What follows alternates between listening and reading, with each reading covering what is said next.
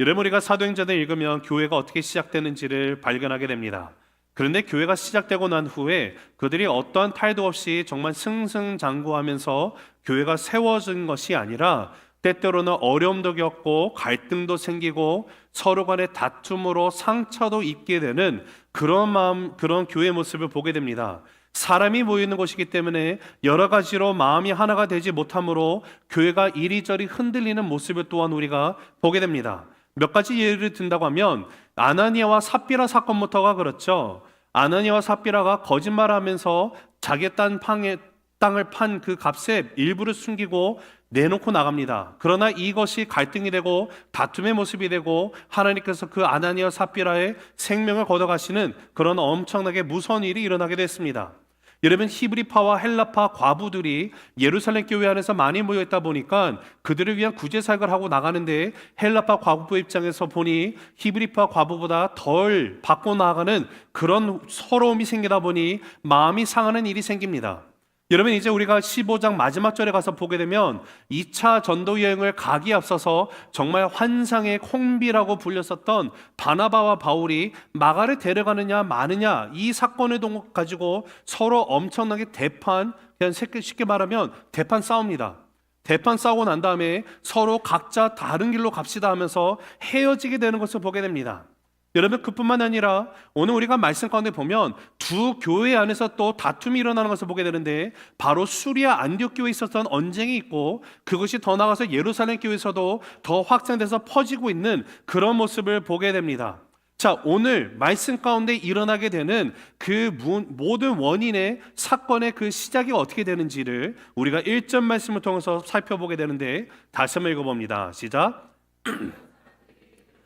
내려와서 형제들을 가르치되 너희가 모세의 법대로 할례를 받지 아니하면 능히 구원을 받지 못하리라 하니. 자, 문제의 근원이 어디서 됐습니까? 어떤 사람들이 그 유대 지역에서 유대인들이 왔습니다. 지금 시리아 안디옥 교회에 왔는데 그들이 와서 지금 자신들의 주장을 펼치고 나감으로 인해서 성도들 사이 가운데 혼란이 생기며 성도들을 선동하기 시작을 했습니다. 그 문제가 뭔가, 그들의 주장의 핵심의 문제가 무엇인가 보면 바로 구원에 관한 것을 그들이 잘못된 가르침을 지금 걸고 넘어지고 있는 것이 바로 1절에서 우리가 발견하게 되는 문제의 모든 근원이 됩니다. 여러분, 성경에서 가장 중요한 주제가 무엇인가 생각을 해보면요, 바로 구원입니다.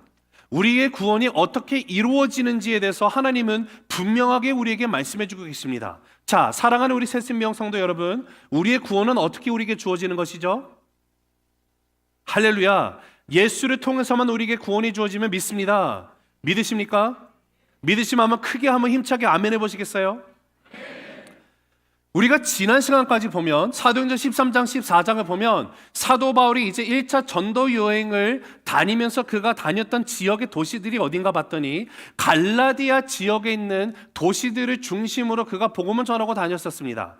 비시디아 안디옥, 이고니온, 루스드라, 그리고 더베가 4개의 그 중심이 되는 갈라디아 지역에 있는 교회입니다. 그리고 갈라디아서라는 서신은요, 갈라디아라는 교회 한 곳에 보낸 것이 아니라 갈라디아 지역에 있는 교회들에게 보낸 서신이 바로 바울이 썼던 최초의 첫 번째 서신이기도 합니다. 자, 그런데 바울이 가는 곳마다 이 갈라디아 지역에 있는 곳에서 이방인들에게 또 유대교 회당에 모여있는 유대인들에게 복음을 전하고 나가는데 이 이방인들이 구원을 받게 되는 모든 것이 누구를 통해서 구원을 받게 된다는 메시지를 바울이 전했을까요? 바로 예수 그리스도를 믿는 믿음으로 말미암아 구원에 이르게 된다라고 말을 합니다. 여러분, 근데 이 메시지는 그냥 사도행전 13장 14장의 전도 여행 때만 나오는 메시지가 아니라 우리가 사도행전 1장부터 14장까지 있었던 모든 내용을 종합적으로 생각을 해보면 그 모든 지금까지 살펴봤던 모든 내용에 일어났던 사건들의 핵심이 무엇인가 하면 죄인인 사람이 어떻게 구원을 받을 수 있는가에 대한 것인데 거기에 대한 해답은 단 하나였습니다. 예수님을 믿음으로 믿는 그 마음에 구원을 받게 된다는 것이에요. 여러분, 예수 그리스도를 통해서 우리에게 주어지는 구원, 이것이 바로 복음의 핵심임을 믿으시기 바랍니다. 왜요? 우리에게 다른 이름을 주지 않으셨기 때문에 그래요.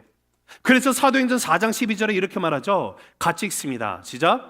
다른 이로서는 구원을 받을 수 없나니 천하 사람 중에 구원을 받을 만한 다른 이름을 우리에게 주신 일이 없음이라 하였더라. 자, 구원을 받을 만한 이름을 주셨는데 그 이름이 무엇입니까? 이름이 뭐예요? 예수 그리스도예요.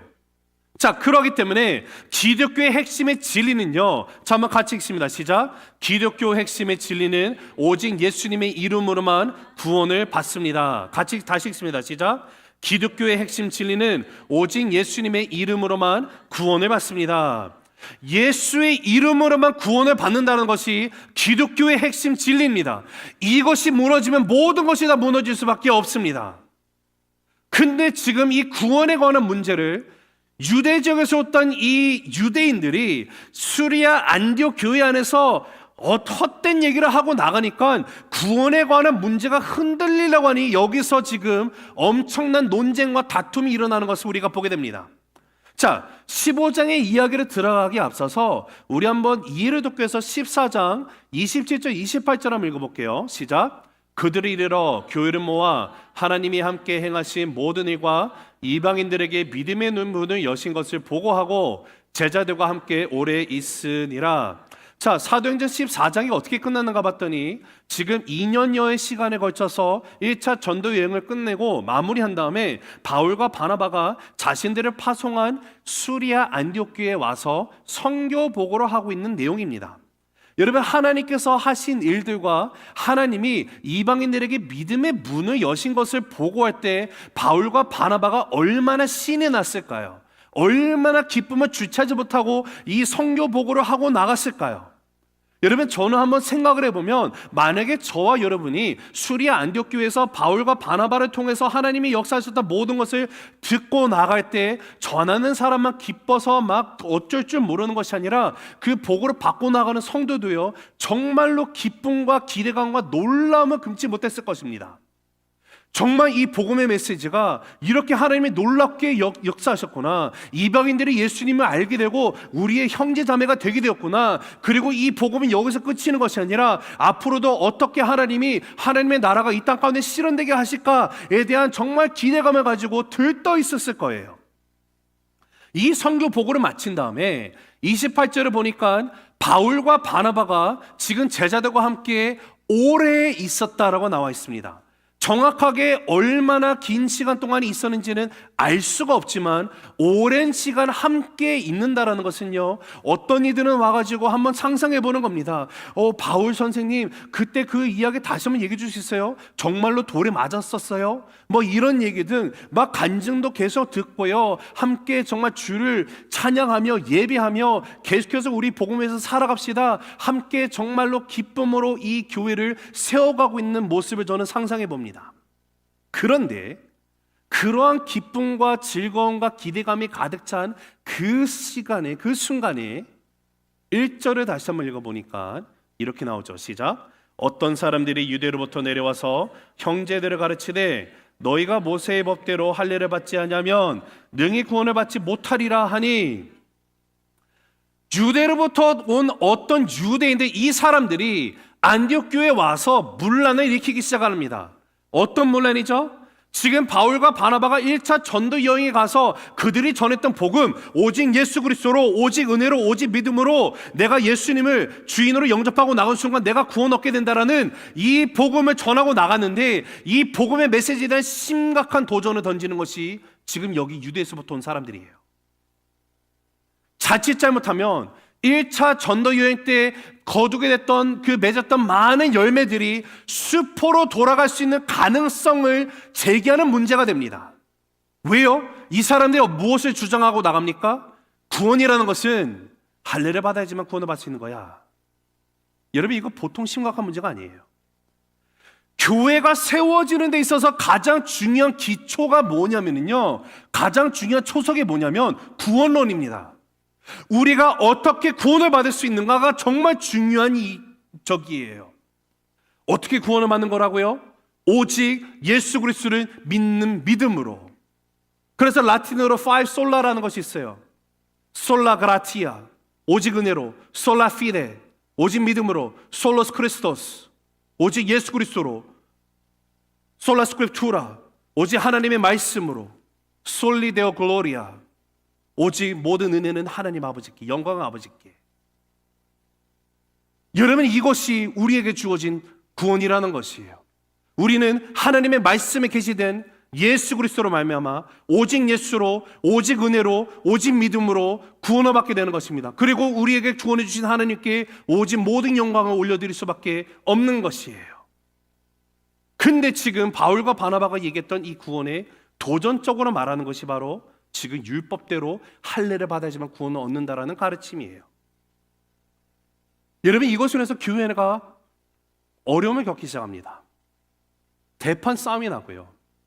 오늘 이 말씀을 통해서 구원에 관한 도전이 던져졌을 때 이것을 교회가 어떻게 풀어가게 되는지를 우리가 앞으로 이 두세 번의 시간에 걸쳐서 함께 살펴볼 것입니다. 그러나 오늘 우리가 이 15장 1절 11절에 나와 있는 이 말씀을 통해서 우리가 반드시 기억해야 되는 두 가지를 여러분과 나누기 원하는데, 첫째는 이겁니다.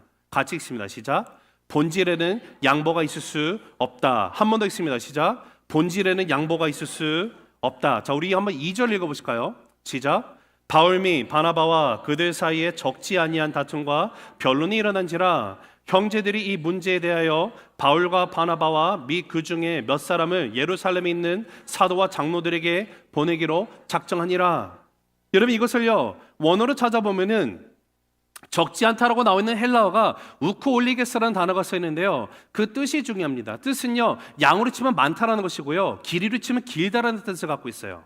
그리고 여기 나와 있는 다툼으로 나온 것은 스타시스라는 건데, 이것은 사회적으로 폭동, 반란이 일어날 때 쓰는 것이 스타시스예요. 그리고 하나 더 나가서 변론이라는 것은 제테시스라는 단어가 써 있는데, 이 단어 뜻은 논쟁과 언쟁을 말하는 것입니다. 그러니까 이 단어들의 뜻을 우리가 잘 생각해서 이 구절을 다시 한번 이해하면 이런 거예요. 바울이 할례를 받아야만 구원을 얻을 수 있다고 주장하는 이들과 가볍게 논쟁을 했다는 것이 아니라, 바울은요 마치 화난 군중들이 폭동을 일으키는 것과 같은 기세로 격렬하게 몇 번이건 유대인들을 상대로 분노하며 언쟁을 벌였다라는 것을 말하고 있어요. 왜 사도 바울이 이렇게 분을 내고 있을까요? 사도 바울이 분명히 자신이 쓴 서신에서 분을 품지 마라, 분을 내지 마라, 화가 나거든 해가 지나가기 전에 화해해라라고 말하지 않았습니까? 그런데 사도 바울은 왜 여기서 분을 내고 있는 것입니까? 왜냐하면 지금 복음의 본질이 흔들릴 수 있기 때문에 그러는 거예요. 오직 하나님의 은혜로만 구원을 받는 은혜의 복음 자체가 흔들릴 수 있는 중대한 일이기 때문에 그러는 거예요. 인간의 죄값을 대신 치르기 위해서 십자가에서 제물로 돌아가신, 죽으신 예수님을 믿는 믿음으로 구원을 얻는 것인데, 여기에 대해서 도전적으로 말하는 것이 할례를 받아야지만 구원을 받는다라고 얘기하는 잘못된 가르침이 들어와서 성도들을 지금 뿌리채 흔들고 있기 때문에 그래요. 그래서 사도 바울이 갈라디아서 1장 9절을 보면 정말로 심한 말도 하죠. 같이 읽습니다. 시작. 우리가 전에 말하였거니와 내가 지금 다시 말하노니 만일 누구든지 너희가 받은 것 외에 다른 복음을 전하면 저주를 받을지어다. 여러분, 저주까지 나오고 있어요. 할례가 구원의 절대 조건이라고 주장하는 것과 같은 다른 복음, 가짜 복음을 전하는 사람은 그가 누가 됐든지 간에 저주를 받을 것이다. 왜 이렇게 강한 어조로 얘기합니까? 지금 유대인들은 무조건 할례를 받아야만 구원을 받는다라고 주장을 펼치고 있고, 바울과 바나바는 아니다, 구원은 오직 예수 그리스도를 믿는 믿음으로 하나님의 은혜로 주어지는 것이 복음이기 때문에 이것에 대해서는 타협할 수 없는 그런 입장이기 때문에 끊임없이 지금 논쟁을 펼치고 있는 거예요. 이 싸움이 쉽게 안 끝난 것 같아요. 아니, 끝나질 않아요. 이 답이 안 나오고 있어요. 그래서 교회가 어떤 결정을 했는지가 2절에 보면 하반절에 이렇게 나와 있는데요, 이 문제에 대하여 바울과 바나바 및 그 중에 몇 사람을 예루살렘에 있는 사도와 장로들에게 보내기로 작정하니라. 이것이 수리아 안디옥 교회에서 자신들이 해결하지 못하고 내린 결정입니다. 자, 우리 한번 묵상해 볼까요? 여러분, 만약에 여러분이 바나바와 바울의 입장이라고 하고 지금 이 정말 말도 안 되는 이상한 사람들이 와가지고 계속 할례 받아야 되는 것을 막 외치고 있어요. 자신들이 아니다, 계속 싸움이 언쟁이 됐어요. 논쟁이 되는데 이 상황 가운데 수리아 안디옥 교회가 결정한 이 결정을 생각해 보면은요, 여러분 바울과 바나바 입장에서는요 기분 상할 수 있지 않을까요? 자존심이 스크래치 나는 거 아니에요? 왜 그럴까요? 지금 이 유대 지역에서 온 이 사람들은요 모르는 사람이에요. 그냥 유대인이 왔는데 와서 하는 말이 야 할례 받아주면 구원받는다니까 외치고 있어요. 그런데 바울과 바나바는 어떤 사람이에요? 우리가 파송한 사람들이거든요. 그 당시에 바나바 바울은요 그 교회 담임 목회자 같은 역할을 하는 사람들이었거든요. 갔다 와가지고 보고도 듣고요 함께 신앙생활을 몇 년 수년간 같이 했던 사람이거든요. 그런데 바울과 바나바 입장에서 생각해보면은요 지금 생판 모르는 사람들이 와가지고 할례 받아야지 구원받는다고 외치고 있고 자신들이 이건 아니다 잘못된 가르침이나 막 얘기하고 있는데 교회에서 성도들이 함께 내린 결론이 내 얘기를 들어주지 않고요 지금 예루살렘을 갔다 오라는 거잖아요. 여러분 이렇게만 생각하면 이거 되게 기분 나쁜 거 아닙니까? 그런데 교회가 왜 이렇게밖에 할 수 없는 거예요? 그 이유가 어디 있을까요? 구원이라는 본질적인 문제이기 때문에 그래요. 생각해 보세요. 만에 하나라도 바울과 바나바의 주장이 틀리다고 하면요 큰일 나는 거예요. 만에 하나라도 지금 유대인들이 예루살렘에서 내려온 유대인들의 주장이 맞다고 하면은요 할례 받지 않은 이방인들로 가득해 있는 이 수리아 안디옥 교회는요 아무리 자신들이 교회를 다닌다 할지라도 구원에서 제외될 것이기 때문에 이런 결정을 내릴 수밖에 없는 교회예요. 왜냐? 본질은 양보할 수 있는 것이 아니기 때문에, 본질은 타협할 수 있는 것이 아니기 때문에 그래요. 그렇기 때문에 본질이 무엇이 맞는지를 판단하기 위해서 그들이 할 수 있는 최고의 결론은 예루살렘 교회를 보냈습니다. 왜 예루살렘 교회를 갑니까? 거기 누가 있어서요? 사도가 있고 장로들이 있다고 말합니다. 여기서 말하는 사도들은 예수님의 제자들입니다. 예수님부터 가르침을 직접 받은 사람들입니다. 그들로 하여서 성령 하나님이 임하시고 교회가 시작됐던 그 사도들을 말합니다. 장로들은요 사도들이 세워놓은 리더들입니다. 이곳에 가서 만약에 이들이 예루살렘 교회가 아니라 예를 들어서 사마리아 교회 있었다 그러면 사마리아로 사람을 보냈을 거예요. 근데 그곳에 가서 지금 이제 이 문제의 답이 무엇인지를 알아봐 달라고 합니다. 제가 이전 말씀을 그냥 생각하고 바울과 바나바 입장에서 생각해 볼까 기분이 되게 나쁠 수 있더라고요. 그런데 바울과 바나바는 기분이 나빴을까? 근데 그건 아닌 것 같습니다. 왜냐하면 우리 3절 4절 한번 읽어볼게요. 시작. 그들이 교회의 전송을 받고 베니게와 사마리아로 다니며 이방인들이 주께 돌아온 일을 말하며 형제들을 다 크게 기쁘게 하더라. 예루살렘에 이르러 교회와 사도와 장로들에게 영접을 받고 하나님이 자기들과 함께 계셔 행하신 모든 일을 말하며. 여러분 바울과 바나바는 교회의 결정에 순종하고 떠납니다. 떠나고 가는데 여러분 지금 이 수리아 안디옥은요 북쪽에 있고요 예루살렘은 남쪽에 있는데 이 거리가 450km입니다.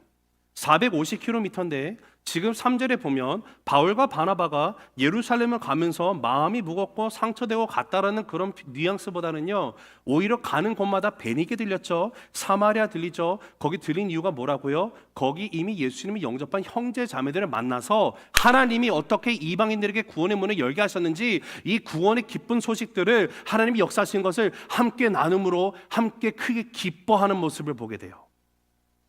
바울과 바나바는 가는 여정에서 예루살렘 가는 길에도요 기쁨으로 이 소식을 전하고 나가요. 오히려 이미 알게 된 이 형제 자매들 모르죠. 혹시 또 잘못된 그 가르침이 그곳에 계속해서 팽배할 수 있으니까 가서 그들에게 너희가 받은 복음이 맞다는 것을 조금 더 다시 한번 상기시키기 위해서 이렇게 다시 한번 전하면서 나감으로 기쁨을 누리는 걸 수도 있죠. 근데 그것이 더 나가서 지금 4절에 보니까 예루살렘 교회에 이르렀더니 장로들 사도가 영접을 했죠. 영접을 했는데 그 후에 이제 그 바울이 어떻게 합니까? 거기서도 동일하게 하나님이 자기들과 함께 계셔서 행하신 모든 일을 말하더라. 여러분 여기서도 발견되는 것은요 바울의 관심사는 온통 어디에 가 있습니까? 바울은요 기승전 뭐라고요? 예수 그리스도예요. 바울은요 어딜 가든지 기승전 하나님밖에 없었어요. 왜 그가 그렇게 했을까요?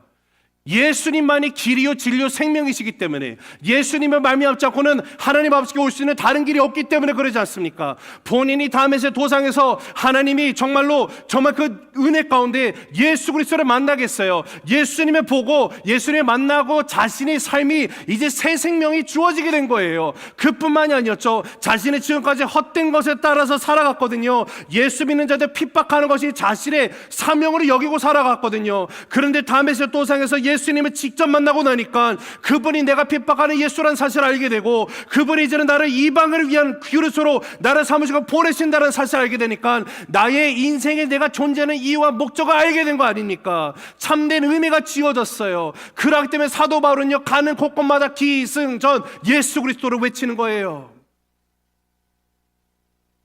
자, 근데 이렇게 외치고 나가는 사도 바울의, 저는 그냥 똑같이 동일하게 상상을 해봐요. 수리 안디옥 교회에서도 선교 보고할 때 기쁜 마음으로 말했던 것과 예루살렘 교회에서도 동일하게 그 기쁨으로, 정말 주체할 수 없는 기쁨으로 전하고 나가지 않았을까? 근데 여기서 이제 예루살렘 교회에서 이제 문제가 생기기 시작하죠. 자, 5절 읽습니다. 시작. 바리새파 중에 어떤 믿는 사람들이 일어나 말하되 이방인에게 할례를 행하고 모세의 율법을 지키라 명하는 것이 마땅하다 하니라. 자, 여기 보면 일어나다에 해당하는 헬라어 동사가 엑사니스템이라는 단어가 쓰여 있는데요. 이 단어 뜻이 뭐냐면 갑자기 벌떡 일어나다라는 뜻을 갖고 있어요. 영어로 말하면 to stand up abruptly. 엑사니스템이라는 단어가 지금 여기 한글 성경에 보면 어순상 뒤쪽에 나와 있는데, 원어 성경을 보면은요, 제일 먼저 등장하는 5절의 단어가 엑사시스템이에요. 이 동사가 먼저 나와요. 엑사니스테미가 딱 나오면서 지금 사도 바울이 그렇게 간증하면서 하나님이 하셨던 얘기를 얘기하고 나가는데 아직 채 끝나지도 않았을 때 갑자기 사람들이 벌떡벌떡 일어나기 시작하는데, 그 일어난 사람들이 누군가 봤더니 바리새파 믿는 사람들이다 라고 나와 있습니다. 지금 바리새파, 예수님을 나의 삶의 주인으로 영접한 사람들이라는 거예요. 예수님을 믿는 바리새파 사람들이 일어나서 지금 무엇을 외치는가 봤더니 할례를 받고 한층 더 나가서 모세의 율법을 지켜야지만 구원을 받을 수 있다라고 주장하기 시작을 합니다. 여러분, 수리아 안디옥 교회에서는 유대 지역에서 왔던 이 유대인들이 할례를 받아야지만 구원을 얻는다라고 얘기를 했는데, 이 문제 때문에 예루살렘 교회 왔거든요. 그런데 여기 같이 교회 안에 모여있던 바리새파 예수를 믿는 사람들이 일어나가지고, 야, 할례뿐만이 아니라 모세의 율법도 같이 지켜야지만 구원받는 거야, 이거를 외치기 시작했다는 거예요. 만일에 사도행전 15장에서 할례를 받고 모세의 율법을 지켜야지만 구원받는 것이 구원론에 맞다라고 결정이 났다고 하면 오늘날 저와 여러분에게는 어떻게 됐을까요? 저와 여러분도 할례를 받아야 되고 모세 율법을 지키지 않으면 구원을 받을 수가 없게 됩니다. 모세 율법을 지킨다는 것은 무엇을 뜻할까요? 쉽게 말하면 이스라엘들의 모든 절기를 내가 잘 지켜야지만 되는 그런 율법에 얽매게 되는 거예요. 그러니까 지금 사도행전 15장에서 있었던 교회 안에서 일어났던 이 논쟁은요, 우리가 쉽게 그냥 넘어갈 것이 아니에요. 그리고 이 논쟁 가운데 그들이 어떤 중요한 결정과 그 사실 진리에 도달하게 됐는지를 우리가 정확하게 아는 것이 너무도 중요합니다. 왜냐하면 이날 예루살렘 공의에서 일어났던 결정이 오늘날 그리스도인들에게도 영향을 주기 때문에 그래요. 자, 사랑하는 새생명 가족 여러분, 구원이라는 것은 어떻게 받게 되는 것입니까? 여러분 구원 받으셨습니까? 여러분 구원 받으셨어요? 여러분은 어떻게 구원 받으셨습니까? 할렐루야. 여러분, 구원이라는 것은 나의 행위로 받을 수 있는 것이 아니에요. 구원이라는 것은 가시적으로 눈에 보이는 어떤 할례를 행하고요, 모세 율법을 지킴으로 내가 받는 것이 아니에요. 구원은 전적인 하나님의 은혜임을 믿으시기 바랍니다. 하나님이 우리에게 값없이 주신 선물이 구원이라는 것이에요. 그래서 사도행전 13장 39절에 가면, 자, 같이 읽습니다. 시작. 또 모세 율법으로 너희가 의롭다 하심을 얻지 못하던 모든 일에도 이 사람을 힘입어 믿는 자마다 의롭다 하심을 얻는 이것이라. 자, 사도행전 13장은 지금 사도 바울이 갈라디아 지역에 있는 도시들, 특히 비시디아 안디옥에 있는 유대인의 회당에 가가지고 그곳에 모여있는 유대인들과 유대교를 사모하는 이방인들 앞에서 했던 설교입니다. 그 긴 설교 가운데 핵심되는 구절을 여러분에게 찝어서 얘기해달라고 하면요, 39절이 핵심이에요. 이 39절의 내용이 무엇입니까? 의롭다 하심을 얻는 것에 대해서 말합니다. 여기서 말하는 의롭다 하심을 얻는다라는 것은요, 구원을 뜻하고 있어요. 사도 바울이 비시디 안디옥에서 이 유대인들과 이방인들 앞에서 설교하면서 구원을 얻는 방법은 모세 율법을 지켜서 너희가 구원받는 것이 아니라 이 사람을 힘입어 믿는 자마다 구원 얻는다라고 말합니다. 여기서 말하는 이 사람은 누굴까요? 예수 그리스도예요. 사도 바울의 메시지의 핵심은 누구를 믿어야 구원받는다고 말한 겁니까? 예수님이에요. 이 구원의 본질에 있어서는 그 어떠한 양보도 그 어떠한 타협도 존재할 수가 없다라는 것이에요. 여러분이 막 알게 된 예수님, 여러분이 내 삶 가운데 믿음으로 은혜로 구원에 이르게 된 이 복음의 메시지, 그 누가 와서 저를 포함해 가지고 누군가 와가지고 다른 복음을 전하면요, 여러분 그거 듣지 마세요. 저주받을지어다. 예수 그리스도의 복음에 다른 것을 전하는 이들이요, 여러분 구원은 예수 그리스도 외에는 없어요. 오늘 말씀 가운데 두 번째 우리가 알게 되는 사실은 무엇입니까? 같이 읽습니다. 시작. 무거운 짐을 지우지 않는다. 한 번 더 읽습니다. 시작. 무거운 짐을 지우지 않는다. 여러분 은혜를 온전히 이해를 하면요, 은혜는요 무거운 짐을 지우는 것이 없어요. 그 사실을 베드로가 오늘 10절 11절에 이렇게 말하는데 같이 읽습니다. 시작. 그런데 지금 너희가 어찌하여 하나님을 시험하여 우리 조상과 우리도 능히 매지 못하던 멍에를 제자들의 목에 두려느냐. 그러나 우리는 그들이 동일하게 주 예수의 은혜로 구원받는 줄을 믿노라 하니라. 우리도 능히 매지 못하던 멍에를 어찌 제자들의 목에 두려고 하느냐. 여기서 제자들이라는 것은 이미 예수님의 나의 인생의 주인으로 영접한 이방인들을 포함하고 있습니다. 어찌 믿는 이방인 형제 자매들에게도 지금 너희가 너네도 제대로 지키지 못하는 이 율법의 멍에를 매려고 하느냐. 우리는 그들이, 이방인들이 동일하게 주 예수의 은혜로만 구원받는 줄을 믿노라. 여러분 예루살렘 교회에서 이 구원에 관한 논쟁이 5절에서 생겼었죠.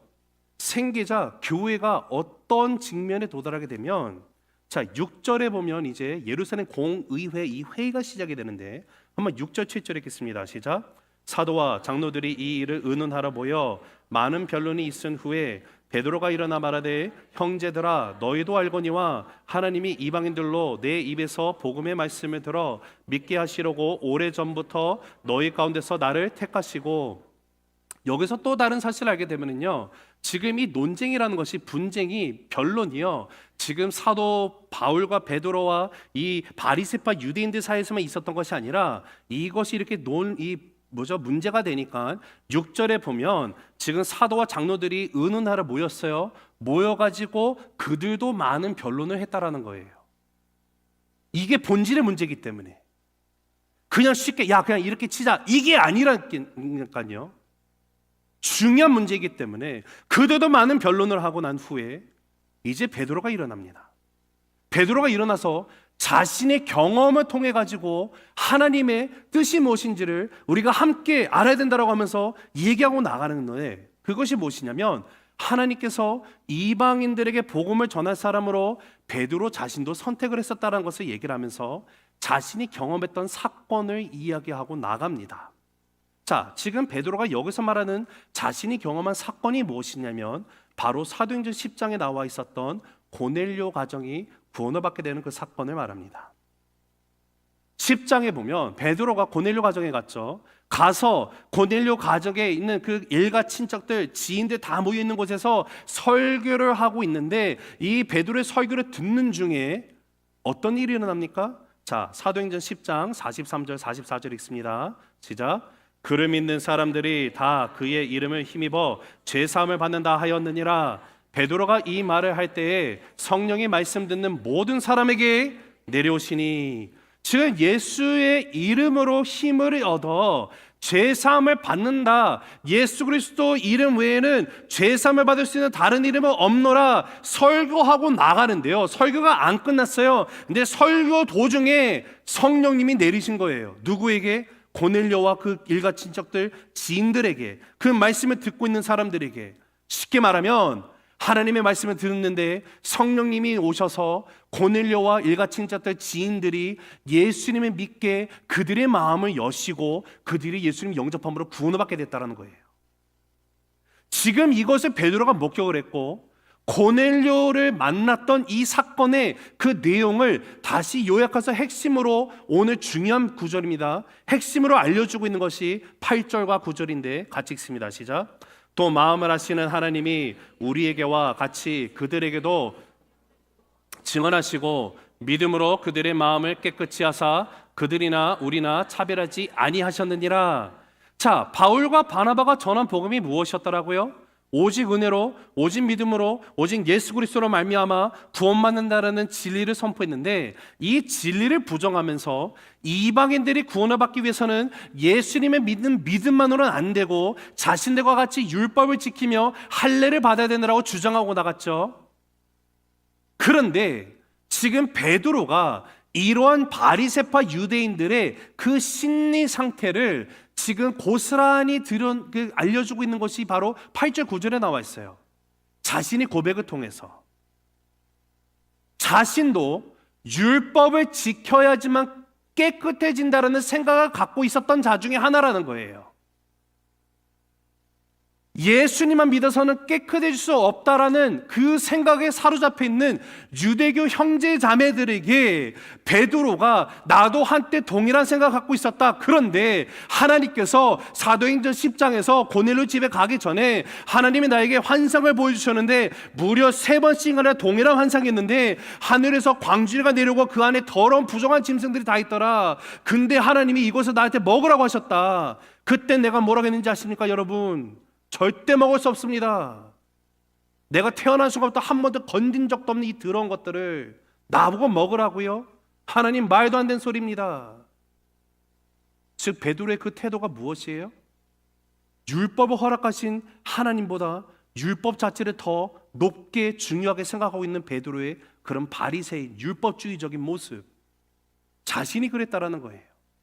근데 그렇게 3번이나 환상을 보여주시고 아직도 이게 무슨 뜻인지 모르고 있을 때 성령님께서 지금 문 앞에 기다리는 사람들, 내가 보낸 사람이니까 너 따라가. 순종해 갔어요. 고넬료 집에 갔습니다. 가서 복음을 전하는데 전화가 다 끝나지도 않았는데 갑자기 성령님이 임하시면서 그들의 마음이 열리고 예수님의 구원자로 영접하고 나가는 그 모습을 통해서 보면서, 아, 하나님이 깨끗하게 하신다고 하는 것은 깨끗해지는 거구나.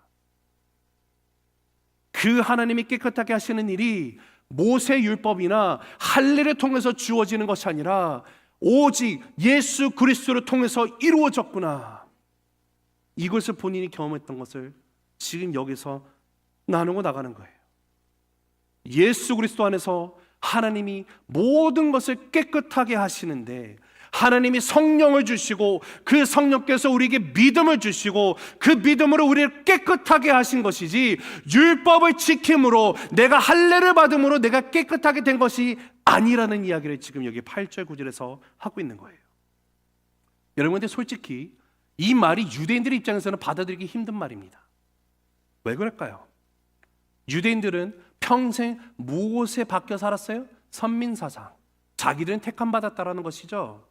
하나님한테 택함받은 특별한 존재들이에요. 그리고 내가 택함받았다는 특별한 존재의 그 증거, 표징이 무엇입니까? 할례였어요. 모세 율법을 지키는 거였어요. 그런데 평생을 자부심으로 생각하면서 모세 율법을 지키기 위해서 오랫동안 이 전통을 지키기 위해서 부단히 노력했던 이 유대인들이었는데, 지금 이방인들은 어떻게 해요? 그냥 예수님의 복음을 듣고 믿음으로 은혜로 구원받았다라고 말하는 거, 이거 용납이 안 되는 거예요. 내가 인생 평생을 바쳐서 지금 이걸 지켜온 건데 한순간에 지금 뭐 똑같이 준다고?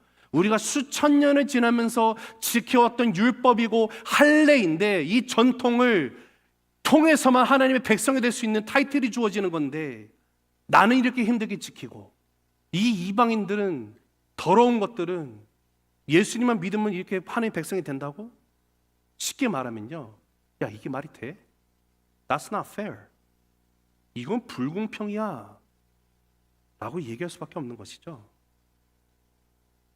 여러분, 근데 이것에 대해서는요, 예수님의 그 이야기를 보면 마태복음 20장에서 포도원의 주인이 오전 6시, 9시, 오후 12시, 3시, 5시에 거쳐서 일꾼들을 불러와요. 근데 참 신기한 것이 일꾼들을 막 불러왔습니다. 일을 다 하고 5시에 온 사람들은 1시간밖에 일을 못했어요. 왜냐하면 유대인의 시간은 오전 6시부터 오후 6시까지가 하루 이렇게 치거든요. 5시에 온 사람은 1시간밖에 일을 못했습니다. 근데 이 주인이 모든 일꾼들을 부르더니 이제 그날 하루 봉급을 주는 거예요. 하루 삭슬. 그 당시 유대인의 하루 삭스의 품삯은요, 한 데나리온이었습니다. 한 데나리온. 그래서 예수님의 그 머리에 붓고 향수를 꺾었던 것이 300데나리온이라는 것은요 1년치 봉급이에요. 자, 근데 5시에 이 일하온 사람을 보면 지금 1시간밖에 일을 못했으니까 그러면 한 데나리온을 12등분해서 받는 것이 맞습니다. 계산을 해보면요, 근데 어찌된 영문인지 주인이 이 5시에 온 친구들에게 한 데나리온을 주는 거예요. 이게 뭐지? 여러분, 그러면 5시에 온 친구들보다 먼저 와서 일한 사람도 어떤 기대감을 가져요? 자, 만약에 제가 6시에 와서 일하기 시작했어요. 오전에 12시간 일했습니다. 근데 1시간 했는데 한 데나리온 받으면 저는 몇 개 받아야 돼요? 12개. 그러지 않아요? 산수가 많이 헷갈리시나요? 여러분, 전화기로 한번 계산을. 근데 3시에 일한 사람들 부르더니 똑같이 한 데나리온 줘요? 뭐야 이거는? 12시에도 한 데나리온이에요? 9시에 불린 사람 한 데나리온, 6시 한 데나리온. 여러분, 이거 상상해 보면은요, 5시는요 감사밖에 없어요. 근데 3시는요 이거 뭐지? 12시는 계산법 잘못됐는데, 9시는요 입이 튀어나기 시작할 거예요. 6시는요 불평불만일 겁니다. 그럴 때 외치는 게 뭐예요? 이거 잘못된 거 아닙니까? Unfair, 불공평합니다. 나는 12시간 일했는데 얘는 1시간 일하고 한 데나리온 받고, 나는 12시간인데 한 데는, 이게 말이 돼요? 내 노동청에 고발하고 말이지. 이런 상황이 될 수 있잖아요. 그런데 예수님이 이 메시지를 통해서 하신 그 말씀의 핵심이 뭐예요? 우리가 5시에 부름을 받은 일꾼이라는 거예요. 우리가, 유대인들이 예수님 알고 영접하게 된 거는요, 그들 또한 5시에 부름을 받은 거예요. 그런데 내가 6시에 와서 더 일했다고, 아니 6시에 와서 일을 했다 할지라도, 여러분, 구원이라는 것은요 내가 열심히 해서 내가 의로 받을 수 있는 것이 아니에요. 주님이 은혜로 주시는 거예요. 내가 받을 자격이 없어요. 나는 죄인이어서 받을 자격이 없어요. 구원을 받을 자격이 없는데, 전혀 없는 존재인데도 불구하고 우리가 아직 죄인 됐을 때 그리스도께서 우리를 위하여 죽으심으로 말미암아 우리에게 구원이라는 놀라운 은혜를 허락하신 거예요. 여러분, 이 은혜를 내가 받으면은요, 여러분, 내가 이 은혜가 무엇인지를 알면은요, 여러분, 내가 이 은혜를 기억을 하면은요, 내 입에서 불공평이라는 것은 존재할 수가 없어요. 유대인들이 그랬던 것처럼, 야, 우리가 이렇게 열심히 했고 할례도 받고 모세율법 지켰던, 야, 쟤네도 좀 고생 좀 해야 돼. 무거운 짐을 줄 수가 없어요. 은혜이기 때문에. 은혜는 무거운 짐을 지우지 않습니다. 왜 그럴까요? 예수님이 모든 짐을 지셨기 때문이에요. 여러분, 은혜는요 예수 그리스도 안에 정죄함이 결단코 없다고 말합니다. 왜요? 예수님이 나의 대신해서 정죄 받으셨기 때문에 그렇습니다. 말씀을 맺습니다. 여러분, 기독교의 핵심은요, 기독교의 핵심의 진리는 오직 예수님의 이름으로만 구원을 받는 데 있습니다. 여러분, 우리가 그 은혜로 구원받은 자들이에요. 예수 그리스도만이 길이요 진리요 생명이십니다. 예수님으로 말미암지 않고는 하나님 앞에 올 수 있는 자 아무도 없어요. 그러하기 때문에 여러분, 세상이 아무리 뭐라 한다 한들 그거 중요하지 않아요. 중요한 것은 내가 이미 알게 된, 내가 먼저 받게 된 하나님의 이 복음의 말씀, 이 은혜, 이 믿음, 여기에 대해서 어떤 도전이 온다면 여러분, 우리 목숨 걸고 싸워야 됩니다. 이것은 타협의 문제가 아니에요. 양보의 문제가 아니에요. 비본질적인 거는 우리가 타협점을 찾으면 돼요. 그러나 본질의 문제는요, 의가 상한다 할지라도 타협할 수 있는 것이 아닙니다. 사랑하는 성도 여러분, 나에게 주신 은혜를 우리가 온전히 기억하고 이해를 하면 하나님이 주신 은혜는 서로에게 무거운 짐을 지어주려고 하지 않습니다. 여러분, 혹시 내가 먼저 예수님을 20년 30년 알았다고 신앙생활 이렇게 하는 것이야, 내가 해왔던 것들, 혹시 예수님의 이제 갓 영접한 형제자매에게 동일하게 그 무거운 짐을 지어주려고 하는 어떤 모습이 있습니까? 여러분, 그거 아니에요.